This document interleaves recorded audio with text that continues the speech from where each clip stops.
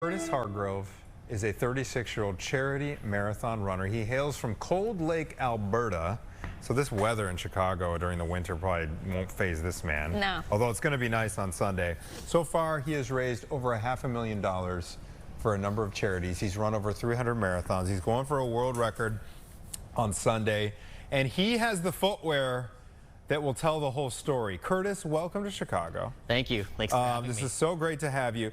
Before we talk about what's happening on Sunday, tell us about these shoes right here and how these came into your life. Yeah, so I want to give a huge shout out to Sarah Blakely.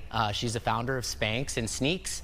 So I was training, I was shooting some content for people to show them what I was wearing, my high heels from last year. I broke my high heel sprinting on the track. So I put out a cry on social media for people to reach out to companies that make high heels, specifically Sarah Blakely and Sneaks. They came clutch. They shipped these to my hotel yesterday. I got them when I arrived, and I can say I am super pumped. So these are a luxury hybrid high heel. They're called the Blake. Wait, so these are in production? They have been in production? Yes. So they were in production last year, and so they're made in Spain and Italy.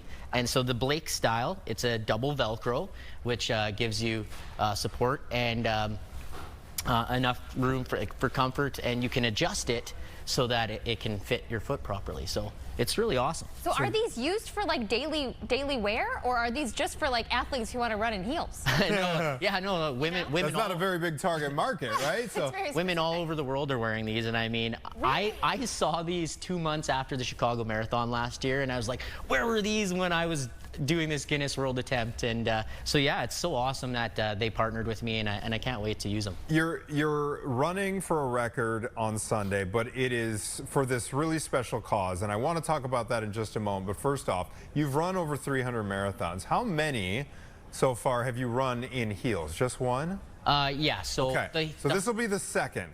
Yeah. On Sunday. Yeah. This will be the second time you've tried to run in heels. Yeah. Okay.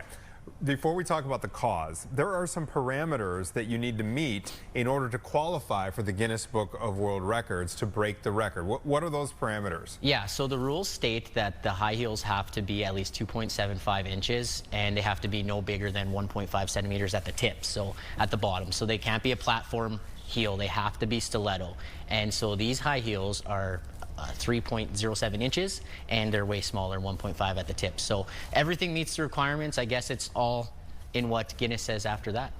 I want to know, you've run over 300 marathons. You are a super athlete. Have you always been a runner? How has this happened to you in your journey of running all these marathons? Yeah, so my uncle Peter actually got me into my first marathon when I was 15. I did a lot of cross country track and field growing up. I won the 19 under category with a time of 3:57.42, and I kind of got hooked. And then so my grandfather, he's been a huge role model in my life, raised hundreds of thousands for charities. Unfortunately, he passed away a couple years ago with cancer.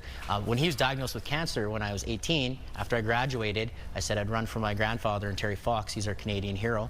So I did 34 marathons in 34 days across Alberta and BC, raising 50 grand for the Terry Fox Foundation. 34 marathons in 34 days. Yeah. You did a marathon a day? Yeah.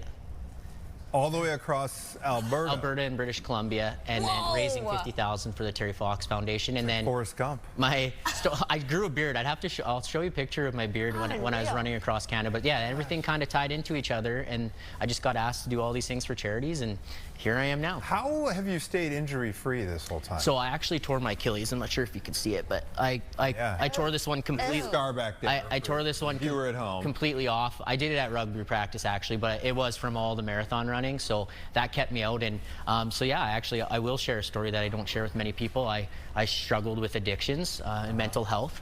I got into drugs, something that I'd never been in my life. Actually, October 2nd, I was 5 years drug-free. Congratulations. The Chicago Marathon really opened my eyes last year, getting back into the things I love doing, giving back to charity, you know, running for people in need. And the overwhelming amount of support I got here in Chicago opened my eyes. And then, you know, our story kind of went viral last year, and I got picked up by a bunch of charities, and now I'm on a mission to do all 7 world majors in 12 months. The 7 world majors, I want to run through those in just a second, but the current charity that you are supporting right now is the Network Against Domestic Violence. How did you choose this particular cause, and is there like a symbolic connection at all between, doing, you're a male in high heels, running a marathon? Just talk about that. Yeah, so the the marathon in high heels. So the event is called the Walk a Mile. So it's where men walk a mile in high heels to show their support for women and children. So it's to put ourselves in those women's shoes to what they go through. And I think it's very important for us as males to step up for our women and children. We need to stand up against the abusers, and we need to use our voice, and that's why I'm using my platform. So I reached out to Esmeralda and them, and I said I would only do it again if I had these, and Sneaks reached out to me. And so you know, they're looking for some significant funding, because there's talks about costs being cut, $500,000 being cut towards their hotlines. So the hotlines have doubled since 2019, over 50,000 calls. Last year alone, they had 120 sleepless nights. So that's beds and cribs for women and children. And I think it was a 72% rate of, you know, calls and stuff that aren't being, you know, aren't being fielded because of the cuts? Yeah, because like there's so much need, and like I said, like the city of Chicago is amazing to me. And yeah, I mean, even when I was running for my charity in Canada, I got donations from here and all over the world, but now I feel like I want to make an impact here in Chicago. The Network Against Domestic Violence actually covers 92 counties out of 98 in the state of Illinois. So it's very important they get this funding, and I couldn't be happier to run for them. So if people still want to contribute, do you have your line still open for people to donate? Yeah, so my goal is $2,100. I'm sitting at about $435 right now, because I've been doing for various charities. So I really want to push that. Like I think we could blow it out of the water.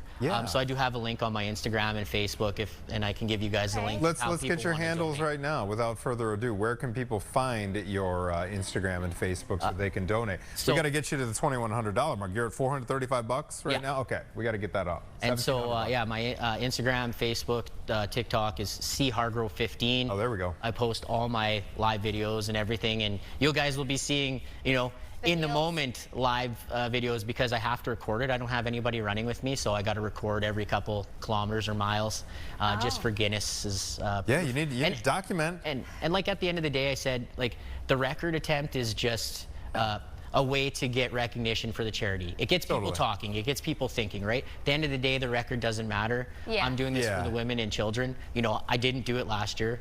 You know, it took me 7 hours last year, and I hurt, but like I said, it's for a wonderful cause, and I couldn't be happy. What, out of curiosity, I know it doesn't matter, but what is the record? So it's 5 hours and 13 minutes. Oh, goodness. And so, like, my fastest ever marathon was a 2:56. Whoa. I'm nowhere near that anymore. Like, I'm running like 3:30s and stuff right now. I had a really bad Berlin. I think I ran a 4:56 in Berlin. The heat got to me, and I was struggling with heart rate. Been there. You know, like I said, I love these shoes. Could make it possible, though. You know what? 5 hours. Because like, what would be a target marathon time in regular shoes right now? Ballpark, like 3:30? Did you say? For me, yeah, probably like a 3:30ish. Right now, just because I'm not in the shape I was, and it's funny because I was actually talking to the Guinness World Record holder right now, like just before I came on here, because he saw the new heels, and he's like, wow, you've got this all figured out. He's like, I'm kind of worried, but yeah, we've been chatting. It's been nice because now there's another gentleman too. Totally. The record in December. He should support a similar cause at least. He's not from America. No, he's from the UK. He's from the UK. Oh, he's awesome. He's been so supportive in messaging me, and it's nice to have these people, right? Because, like, yes, it's competitive nature, but like I said, we're all doing it for causes. Totally. And that's the most important part. I was looking at some of the video that you had up there. You had these red high heels. Speaking of these shoes versus the ones that you wore before, you didn't even have socks on there. Look at this picture. This got them all bandaged up. What did your feet look like after you ran in these? Oh, you don't want to see what my feet looked like. They were terrible. They were all cut up. So actually, I got taped up at kilometer 26 last year, and I K-taped my feet because you couldn't put socks in those other heels. Your feet just slide. Whereas these are running shoe high heels. These Sneaks these are perfect for this. And so they had to cut off my skin and bandage me at the end. Like at mile 25, they had someone on the radio say, hey, the guy with high heels is coming in. We need to fix him up. We need backup. And yeah, so I want to give a huge shout out to the doctors and like the podiatrists and you know, the student doctors that were there helping tape my feet last year, because without them, it would have took me months for my feet to recover. I want to know what's going through your mind when you're in so much pain. I can't even imagine. Like, what pushes you forward? And maybe this would help out people who are watching who are planning to run the marathon. What tips, advice, your brain games that you play? Yeah, so for me, it's always been like, so I think of the charities, you know, like I think when I was running for my grandfather and Terry Fox, I'm running for people with cancer. When I was running across Canada for the Stollery Children's Hospital, I'm running for these sick kids, people who are fighting for their lives every day. And, you know, yes, I feel selfish sometimes when I complain, like, you know, my Achilles injury, obviously some of the injuries, my setbacks I've had in my life, but I look at it as like my pain I go through is nothing compared to what these people go through on a daily basis. And if I can change one person's life with my project, I know I'm doing my part. And you know, when I'm out there on that course, you see people struggling, you see people, you talk to people that have cancer. I ran with a guy in Berlin who had a heart attack. He had a pacemaker and he was running with me when I was struggling. And you know, you meet people running on prosthetics. Exactly. I met a lady who's Caitlin, this is why I get the lump in the throat at the end, because you see these people who have overcome countless things. Right. You know what I mean?